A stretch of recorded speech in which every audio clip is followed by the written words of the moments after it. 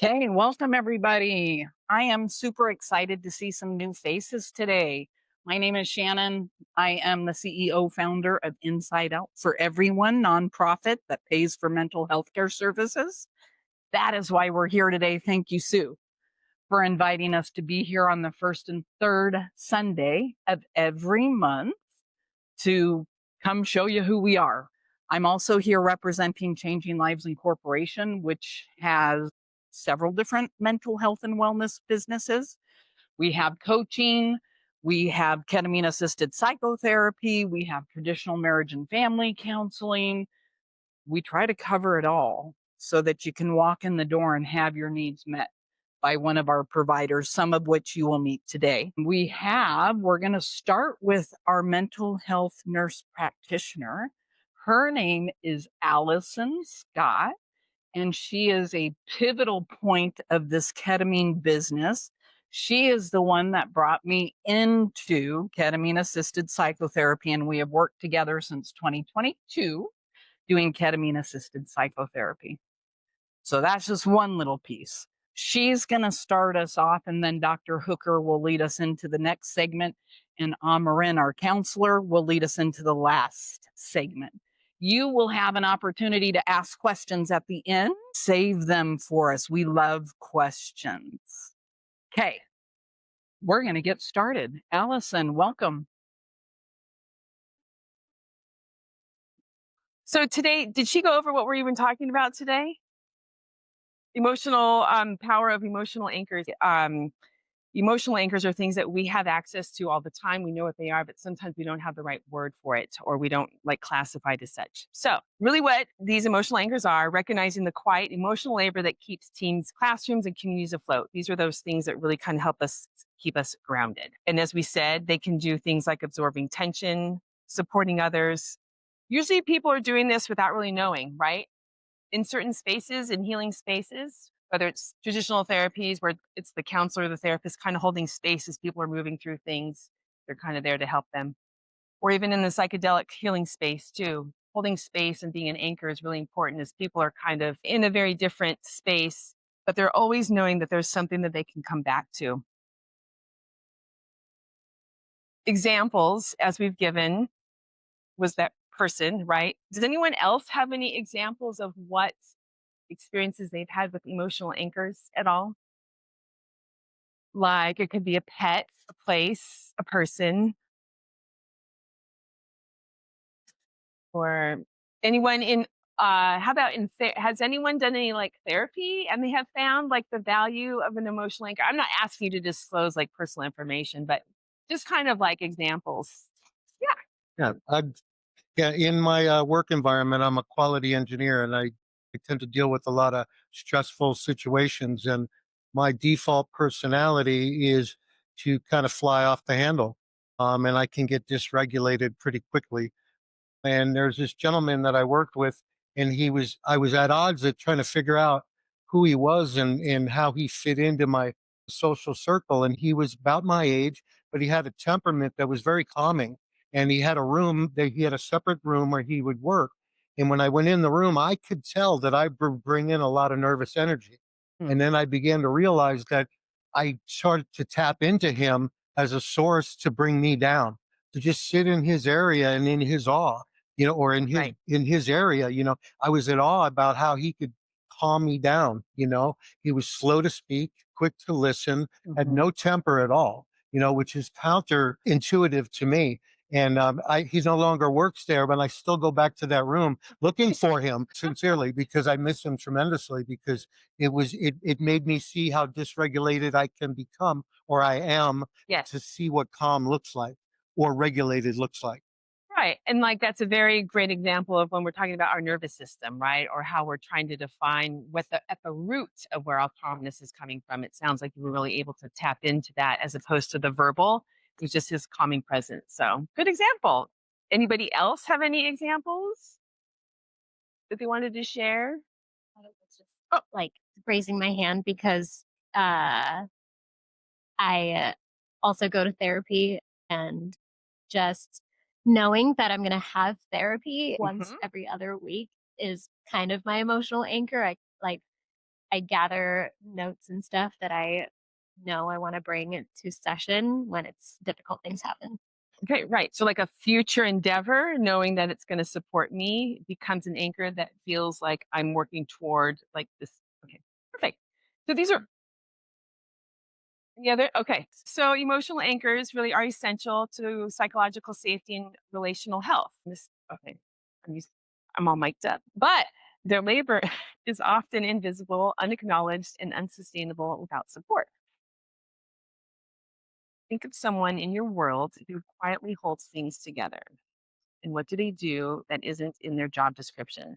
So this really is, I think, trying to encompass more about the anchors that are in our lives in many different places and spaces that we might not recognize as obvious as they could be or should be. But at the end of the day, kind of like, oh, I'm just waiting for my therapy session and that will get me through today is an emotional anchor. I think another thing to think about, especially if you have any type of complex PTSD, sometimes emotional anchors are not always positive. And sometimes they can pull us into those spaces that are not where we want to go. And sometimes kind of holding it together isn't really a good thing when you're dysregulated and when you come to these spaces that feel crazy and chaotic. You're really trying to figure out, where's my anchor now? It used to be this when I was 5, and I'm struggling to find something at 55 to really anchor myself into. So I want to give credit where credit is due because emotional anchors are beneficial, but we also need to do the work to examine when they're not. And I don't want to, I just wanted to bring that up because I felt it was necessary. I feel like I'm handing it off now. Right.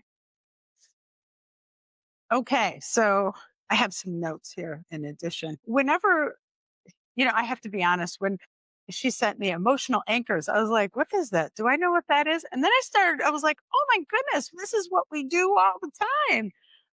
And I think for therapists, people in healthcare, just some people in general do this naturally. And you might be thinking of yourself like as we go through this, like, wow, this is like something that you just naturally do. I kind of think of it as I always said holding space. And that's what I thought when I started reading this. I was like, oh, an anchor. This is just we're holding space and we're kind of being that grounding um person. But I did think anchor like on a boat, like where we think of putting the anchor down so it's not going to go anywhere. It's going to kind of hold things in place and make things steady. But even like an anchor, if it's never lifted up and cleaned, it's going to get rusty. It's going to get barnacles and all kinds of stuff on it. So this is like the maintenance of that. And I think a lot of times people that act as emotional anchors. And we all can probably think of somebody in our world that we experience with. These are usually the people that are very calm. We feel good when we're around them. That could be even anything from a practitioner. This could be like the space you go to, the gentleman that you said provided that for you. This could even, be the girlfriend that we call up when we've had, a rough day, but they can experience a little bit of burnout. If we are constantly giving and not giving back to ourselves or nurturing those internal mechanisms within us, there can be a little bit of fatigue with this. So, symptoms of this burnout, this anchor fatigue, let's say, is like emotional exhaustion, just feeling drained, kind of like I cannot talk to another person today. I just don't have it to give. They can get irritable, or maybe even resentful. I mean, and these are typically deeply caring people. It's not like they don't care, but they may get very frustrated or start to get short if they're not creating that balance with this. Like emotional numbness, where they have this sense of detachment and they go into a self protection kind of mode. They could feel guilty, guilty for needing that space. We see that maybe with people that have a hard time saying no and setting those boundaries, and because they feel like they should, like they have the capability of doing that. I should, be there, and they are doing that. They could have loss of joy or absorbing other people's emotions. Typically, when people act as emotional anchors, like they are really soaking it in to where they are literally feeling what the other person feels at certain times. And I always like the neuroscience. And it's funny you chose me for that part because, I love neuroscience. And so the neuroscience behind this is very interesting because in different parts of our brain, we have these things called mirror neurons. And like a mirror, like we look at it's like a reflection that, you're taking in the image of yourself when you're looking in the mirror. And that's what these mirror neurons do in different areas of the brain. They mirror whatever you are interacting with. And this is what allows us to feel with other people. So they're in different parts of the brain. And I find this very interesting because this is literally our biological foundation of empathy, of imitation. This is how we watch something and we learn like a new task or a new skill by watching it, and we're actually like recreating it in our mind as if we were actually doing it. This is one way that we learn by observing. This allows us to read body language. Have you ever noticed, and this might be you, when certain people walk into a room, it's like they read the air well, and they can tell if somebody's, maybe needs a little help or struggling, have a bad day. They gravitate in that. It allows us to read between the lines, take in certain, cues within body language and everything, and to understand what the mood is without even words being said. It also allows us to co regulate. Whenever we have this calm tone, body language, breathing, if you are experiencing some emotion and you're with someone that's calm, that's breathing deeply, that these mirror neurons within your body actually start to mimic their behavior. And it helps us to co-regulate. They're helping us co-regulate in those moments with that. But here's the downside. For your emotional anchors, you are continuously exposed to others' pain or stress. And unless we have those internal understanding of like, okay, we need balance, we need to take care of ourselves, we need to create boundaries, different things like that, it's like if you don't have the intentional recovery time, then your brain never has a chance to go back to a baseline, if that makes sense. A baseline where where you're just rebalancing, and this can over time create a lot of fatigue or overwhelm. So we have those mirror neurons, and then we also have the prefrontal cortex. Not getting into any complex stuff here, okay? But this is like the part of the brain right behind the forehead. And this is the part that allows us to stay calm and think clearly. So this allows us to stay calm, think clearly, and offer, different perspectives. But again, if we have chronic stress, that can alter that. We may not have full um, functionality of that. There's also another part of the brain, the amygdala, which isn't as important as knowing that your brain has like an emotional smoke detector that is constantly like making a little surveillance on what is a threat in terms of, fear, anger, like, your this part of the brain is taking that in as you're interacting and and assessing, is this a threat to me? Do I need to worry about that?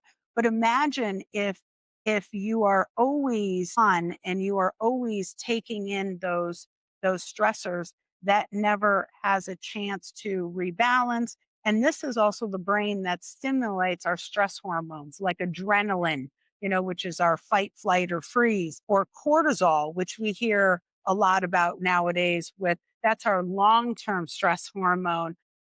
And that kind of can create a lot of havoc within the body. And then we have one more. We have oxytocin. So this is the connection hormone. This is the love hormone. This is what really makes us bond to other people. Because when you're present with somebody and you are helping them, I mean, that feels good. And it encourages caregivers to continue to give. And it reinforces that desire to help, to nurture, which is good because, we need to do that in our lives. But it also makes it, because of the oxytocin present, it makes it a little harder for those caregivers to take that step back and say no and sometimes create those boundaries that they need, because without that balance or mutual support, that can lead to like a compassion fatigue, if you would, where then being compassionate starts to hurt them, rather than heal with that. So, and this is why I think it's important to what we're going to talk about next about restoring balance to that. Hey, so let's start with strategies for individuals, for ourselves. The most important thing that you can do for yourself as an emotional anchor is to have self awareness of what that looks like for you, when it's starting to feel a little heavy for you, and when it's time for you to take a break and to clean your anchor, as Dr. Hooker was saying. The next step after having that self awareness is to create some relational boundaries and to use some I statements. And I like to tell everybody that when you're creating boundaries with the people around you, it's not really a way for you to set up a wall between you and them. It's more a way for you to teach them how to make a better relationship with you, right? To teach them what will help them feel closer to you. And so, an example that you can use in your setting boundary script is care, but I can't hold this alone. Right? Or you can even switch that to I care and I can't hold this alone. Right?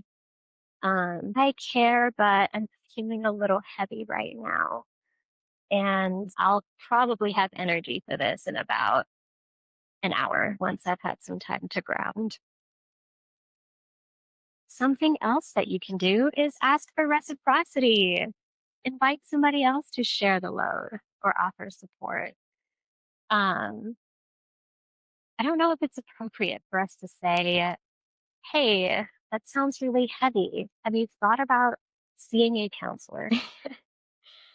The next one is to practice emotional check ins. So, how's your bandwidth today? What's your energy like today? I saw a video recently of I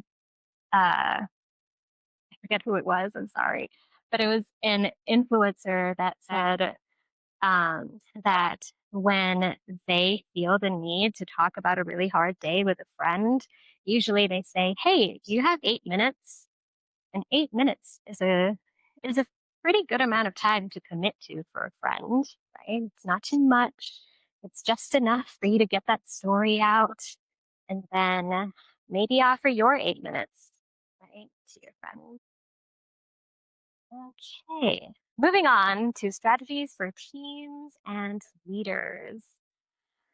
One really important way that you can hold space as a leader to everybody in the room is to create some visibility, to recognize your team members' emotional contributions in evaluations, in meetings, and to let it be known that that is a really great thing to do for the people around you.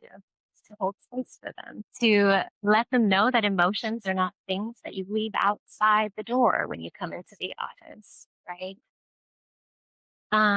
Something else that you can do is to build support rituals, starting meetings with emotional temperature checks. I used to work for this nonprofit, and every time we had a team meeting, we would do an icebreaker.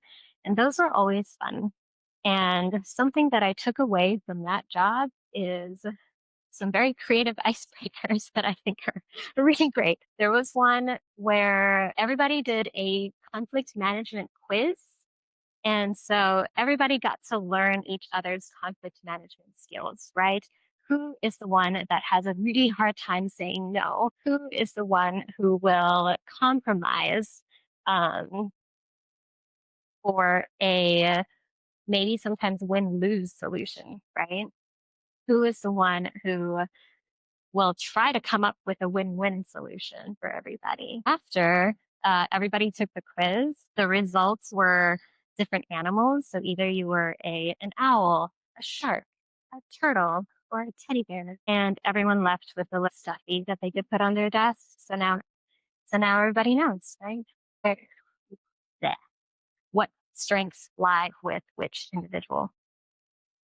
Another really fun temperature check you can do with your groups is animal, social, emotional check-ins. So if you Google quite simply, right, cat emotional check-ins, you'll find a cluster of pictures of cats having different emotions. And you can ask your group, right, which cat are you feeling today? If you're not into cats, they also have dogs, by the way, or otters, even better. And then right. So something else that you can do is redistribute labor, rotate emotional roles like conflict mediation or morale boosting. Um, Something to remember in, I guess, that that you can remind yourself of within a group of people is that everybody has emotions, right? Evolutionarily, we all are able to recognize each other's emotions and that uh like as an individual you know that it's okay to say uh that you don't have space sometimes, right? Knowing that there will be somebody else who does have room that day, and that's okay. Something else that you can do is to train relational intelligence. So offering workshops on empathy, boundaries, emotional regulation, like this one. Yay. Okay, and then here's a little reminder for you all. Emotional labor is real work, and you are allowed to be supported, seen, and valued. So thank you. Any questions for us? I love it. The counselors in the room know what it means to be an emotional anchor. I can tell you that much. What strategies do I use when I am the things that Dr. Hooker was talking about? Overwhelmed.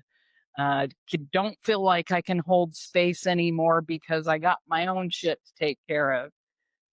I use self-care, and it's what I preach to my people is go take care of yourself, mind, body, soul. Find some things to do that recharge you, like hiking or paddleboarding in my case, running in Sue's case, and take care of yourself. The sooner you start doing that, the better you will feel as an emotional anchor. If you don't take care of yourself and hold the boundaries like Amarin is talking about and say, I don't have space for this right now. I am tapped out. I need time. Then you're just going to destroy your mind, body, and soul by continuing without taking a break. I am a big preacher poster child for take your breaks and take care of yourself, whether it's nails, massage therapy, whatever it is. Your brain needs to know what you do to take care of yourself. And then your body will recognize that. Any questions? Yeah.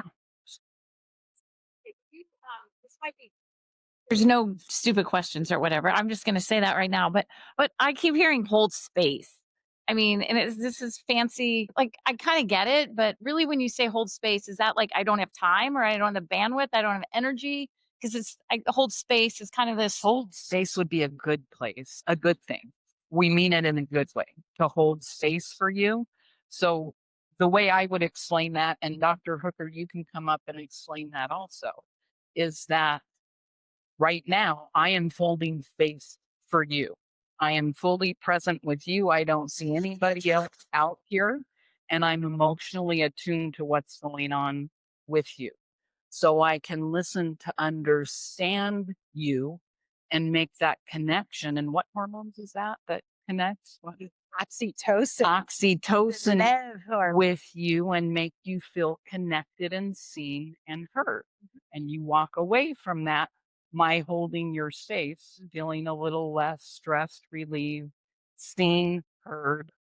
That's how I would describe it. Your turn. Well, just to add to that, I think of it as presence. Like you are just completely present. You're not thinking about, oh, what I got to stop at that store on the way home and the grocery list. And when I got to do this tomorrow, you're not in your head. You are literally in that moment with them. And yeah, There you go. There you go. absolutely. Yeah. There you go. Yes. Yes. We use that term in psychedelic therapy a lot. That's what the sitters will do is hold space for you while you're taking psilocybin or MDMA, things like Yeah, that. they're So not scrolling on their phone or checking their Instagram. Like they're right with you. there with you for whatever you need. Yeah, you got it exactly. That's right. Well, I mean, think about it. If somebody that says, "Hey, I had a bad day," you're going to sit and you're going to listen. That's what you're doing. You're holding space. Can I just quickly add that what I think about too when it comes to holding the microphone is just letting the person know that it's okay to have these really difficult emotions that maybe feel unsafe, right? That you That's are a good. safe person, and it's and these emotions are it's like it's good to express them. Yeah, good. And that's all I want to add. Yeah. Yeah, I like that too. I like that too. As the counselor, that's what it feels like, right? Is validating it is okay. I can hold space for your tears. I can hold space for your angry words. I can hold space for your guilt, your shame, and I can stand back here and hold that space very safely and hear what you have to say, unlike your spouse, partner, friend in some cases, because I don't have the emotional tie to the problem. So I can hold space for all of it and not take it on. Holding space also should encompass not taking on the energy that you may be exposed to in that space. I have to be ready for that. That's my job, or the emotional anchor's job, is to be able to say, yes, I can be fully present with you. I can hear your anger, your sadness, whatever it is you're wanting to unpack safely. And I'm not going to go there. I'm not going to make it worse, right? Somebody alluded to this emotional anger, or some emotional anchors are not necessarily healthy at times because we all have our own issues that we have to deal with. So we get into, especially in our friends, and I say the under 30s have a real big problem with this, and that's trauma dumping or anxious dumping, going, oh my God, I'm so anxious and you need to have it too. Good God. Stop doing that, people. It's not healthy. So holding space, huge. Dr. Boyer, please. So, Sue, one of the things I would add to that is remember we talked about holding space. Being there for someone is do you need to be heard, held, or hugged? That's holding space or being present with someone.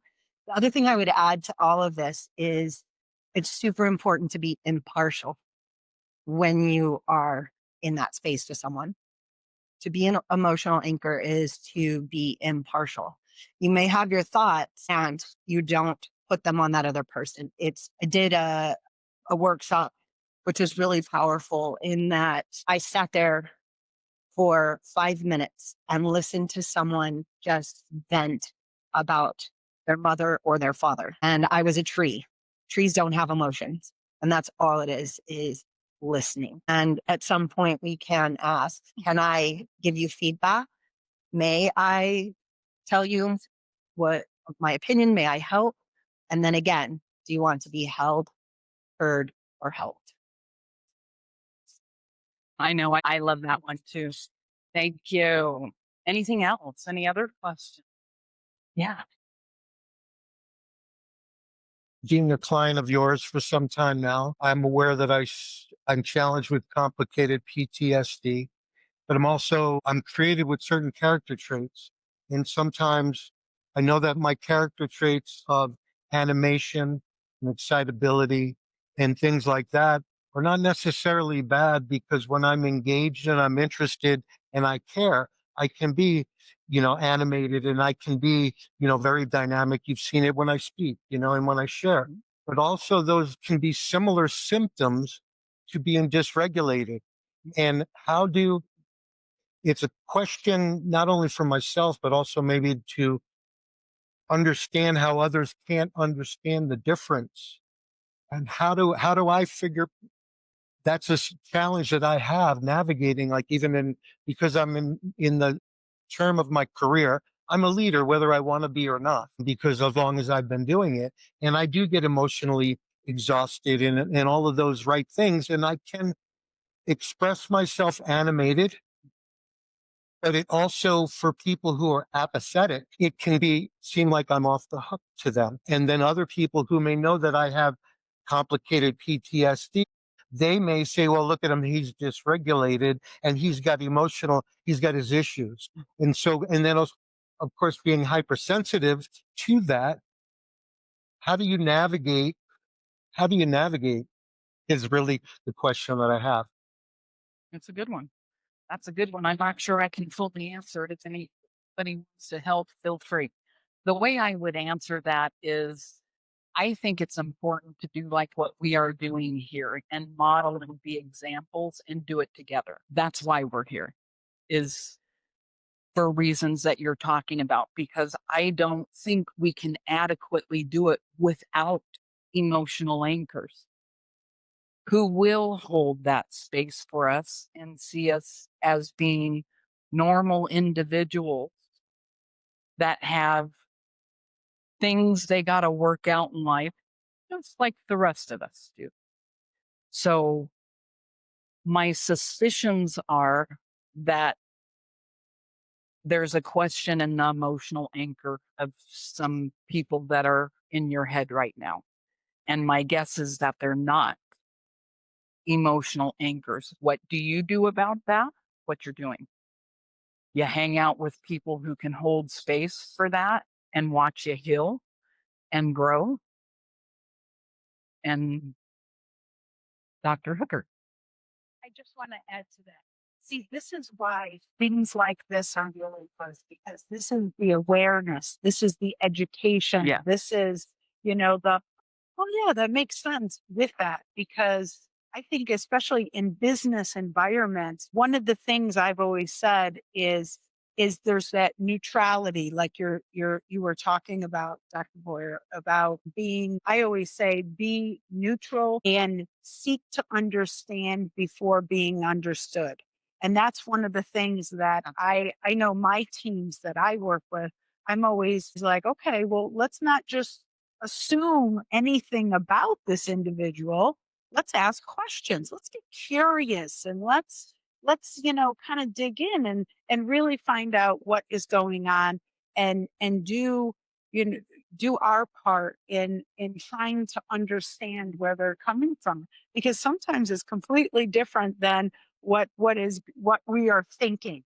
And I just know, as human beings, we love to make up stories. Like, we all do this. Like, I think that's just human nature. We make up stories and we start convincing ourselves. That's what the mind does. But if we really start asking questions and get that understanding, it could be completely different. Than it's like, oh, that's not what I was thinking at all. So that's why these things are good, because this is the awareness. You can't unknow what you now know. I like it. That was good. Thank you. Thank you. So, Brian, I can totally relate to this. Okay. I have been told I'm dramatic when I tell stories. I've been told that I enhance stories. Even right now, here I go, right? Here comes my hand motions, that I'm too much. I come from a Hispanic family. What? The other day, my brother picked me up from the airport and I was like, oh my God, there was this calculus dude wearing this calculus t-shirt. He's like, Veronica, calm down. I'm like, you get excited. Finally, I'm like speaking up for myself. So I can totally relate to what you're saying. And what I've found with the groups of people that I'm hanging out with now, and even with people that don't know me, I have to give them the disclaimer first. Hi, I'm Ronnie, and I get really animated about stuff. So, like, if my hands start flailing, just go with it. This is who I am. So, the other part I wanted to ask you about was when you are being you, your authentic you, and you're in your emotions at work, and you're saying that, some people are having these thoughts about you or these thoughts about you. I experience that as well. And I stop now and ask, okay, so I know I'm getting activated about XYZ. So I just want to know, am I triggering you? And I want us to communicate. So how can we do this together? Because I know I'm out here. And then part number 3, I just got challenged. How many people here know what emotional release techniques are besides you? Anybody else? I know you do. Yeah. Okay. So I've been pretty stressed out about this project that I'm working on. And I have 2 projects one's coming up on Friday. I have to present to a group and I am not good enough. The other thing is I have a huge project coming up due for the same group in February, March, and I have to start putting my stuff in. I talked to my coach, my emotional anchor, and I'm like shaking and I'm crying. And he's like, okay, stop. He goes, for the next 3 days, I don't want you to think about any of these projects at all. I want you to do emotional release 4 to 5 times a day for the next 3 days. An emotional release, I'll give you just one quick example. You hold this for me.